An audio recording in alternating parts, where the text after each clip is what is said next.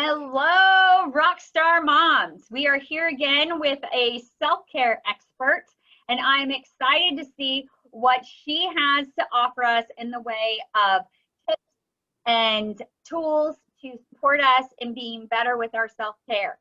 So today we have Debbie Ternes, and I'm excited to have her. She is one of my personally favorite coaches, and I'm excited to hear what you have for us. So Debbie, why don't you tell these moms in here what it is you do and who it is you support? So I am a confidence and accountability coach, and I support women who are in transition. And that could be a lot of different transitions, job changes, relationship changes, empty nesters. I know if you're a super busy mom, that might be like a distant dream for you.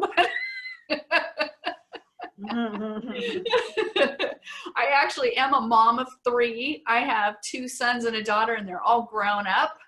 And my younger 2 are only 13 months apart. So being a mom with 2 babies that are a year apart was a little rough some days. I bet. So one of the things that I found super useful as a mom, and this took me a little while to work out, was the idea of getting permission. It just seems like there's so many things that I wanted to do or I didn't want to do, or I needed a break, but I just would not give it to myself. I wouldn't allow myself to take a break or to have a nap or to tell my kids no when I wanted to tell them no, because my goal was to be a really good mom. And so one of the things that I worked out with my best friend, she's also a mom of 3. Her first 2 babies are 13 months apart, so we have a lot of things in common. So one of the things we worked out with each other was we were permission partners. And what that looks like is, I would be having a really hard day, and I would call her and I would literally say, I need permission to not do the laundry today. And she would say, oh, permission granted. And for some reason, getting permission from somebody else took that huge burden off of me. I didn't feel guilty. I wouldn't beat myself up about it. Was able to let it go in a way that if I hadn't given myself permission, I probably would have felt resentful or angry, or I wasn't doing all the things that I was supposed to do. It was just a really great tool. And we actually still do it, not around mom stuff anymore, although sometimes it still comes up, because even when your kids are grown, they still need their mama. Yep. Once mom, always mom. And even,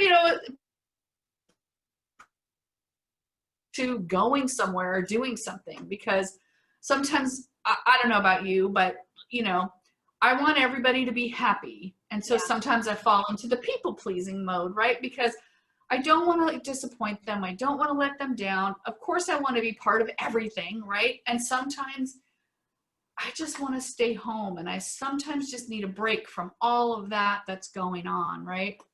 Yeah, and so sometimes I'll call and ask her permission. I just really don't want to do X, Y, Z. And these elaborate stories about how she's like the fairy godmother and she's just going to let it go, and she waved the magic wand and I don't have to do it. So it really is fun, and it's light, and it's a super supportive tool. So I would highly recommend that you find a permission partner. And one of the things that I just kind of want to caution you on is it's one of those things, you want to pick somebody just like an accountability partner, right? You want to pick somebody who's going to support you and in really feeling relief in it, rather than compounding the guilt. So you really want to be careful about the person that you pick for this, and make it fun, right? Yeah. I love this idea. I know that I have struggled so much with this idea of permission, waiting around for someone to say it's okay for me to do X, Y, Z. And, who was this mythical person that was going to come in and tell me that it was okay? You know, for one, nobody knew I was waiting for it. And for two, who really was the person to do that other than myself? So I love this concept of having what did you call it? Something partner, permission partner. Yeah, a permission partner where you can kind of just go, hey, I'm blah blah blah, and they're like, go for it, you know, and give you the permission so that you can kind of let that go, and you know, then let yourself have the permission to not go somewhere or go somewhere. I know one of my best friends, she called me and was talking to me about this trip she wanted to take, but this was going on and that was going on and this was going on with her husband and all these different things that were coming up. And I know she called me because she knew that I was going to point out all the positive things that would come from her going on the trip, and she went. So, you know, you kind of know those people that are going to support you and want that greater good for you, aren't going to play into those insecurities that you have. And those are the kind of people that you want to seek for your permission partner. Yeah.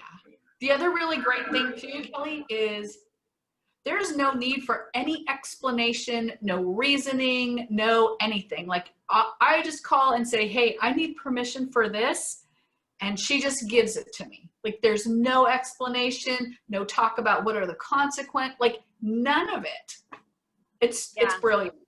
Yeah, I love that. I love that especially, you know, because I know I'm a storyteller, and you know, I'm going to want to justify it.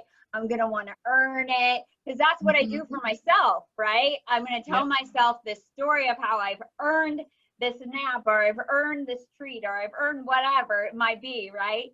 Yes. So I love that this person is they're not gonna make you earn it. They're just gonna give it to you. I love that. Yeah. I love that point. Yeah, I have an amazing accountability partner. Just saying, just putting that out there. Debbie's my accountability partner.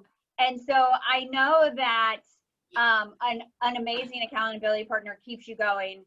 And so I love this idea of getting a permission partner, because then maybe I could let go of this whole, you know, justification for everything. I love that idea. So I'm definitely going to try this one out and find the perfect permission partner for me. And awesome. We hope that you guys try this step out as well. Debbie, is there anything else that you want to share with the ladies before we go? I don't think so, but I really want to encourage the ladies to just ask for permission and see what happens. See how you feel, see like what comes out of it. Are you know, not explaining as much anymore? Just give it a try and see what happens. Yeah. And I'll, you know, offer to do that for friends of yours as well. Yeah. For people you know who are struggling. Even just if you have somebody who's struggling, just simply asking them, hey, do you need permission? Because if you do, you got it. Go for it. Yeah. Yeah, I love that. I love that, because it's always that, you know, reciprocal thing, right? Because not only are they doing it for you, but you're going to then do it for them. And that always feels good, right? To support our friends and to be there for the people that, you know, we resonate with, and other moms, right?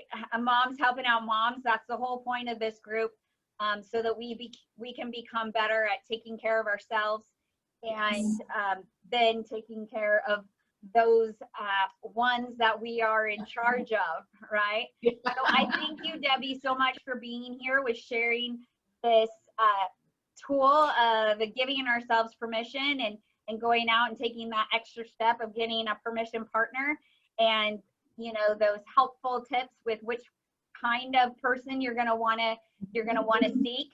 And I really think that this is something that's going to really help our moms. So thank you so much. You're welcome. Thanks, Kelly. Yeah, well, thank you, ladies, for being here. I hope that you're continuing to watch this series of our self-care experts and their tips and tricks. And until next time, bye.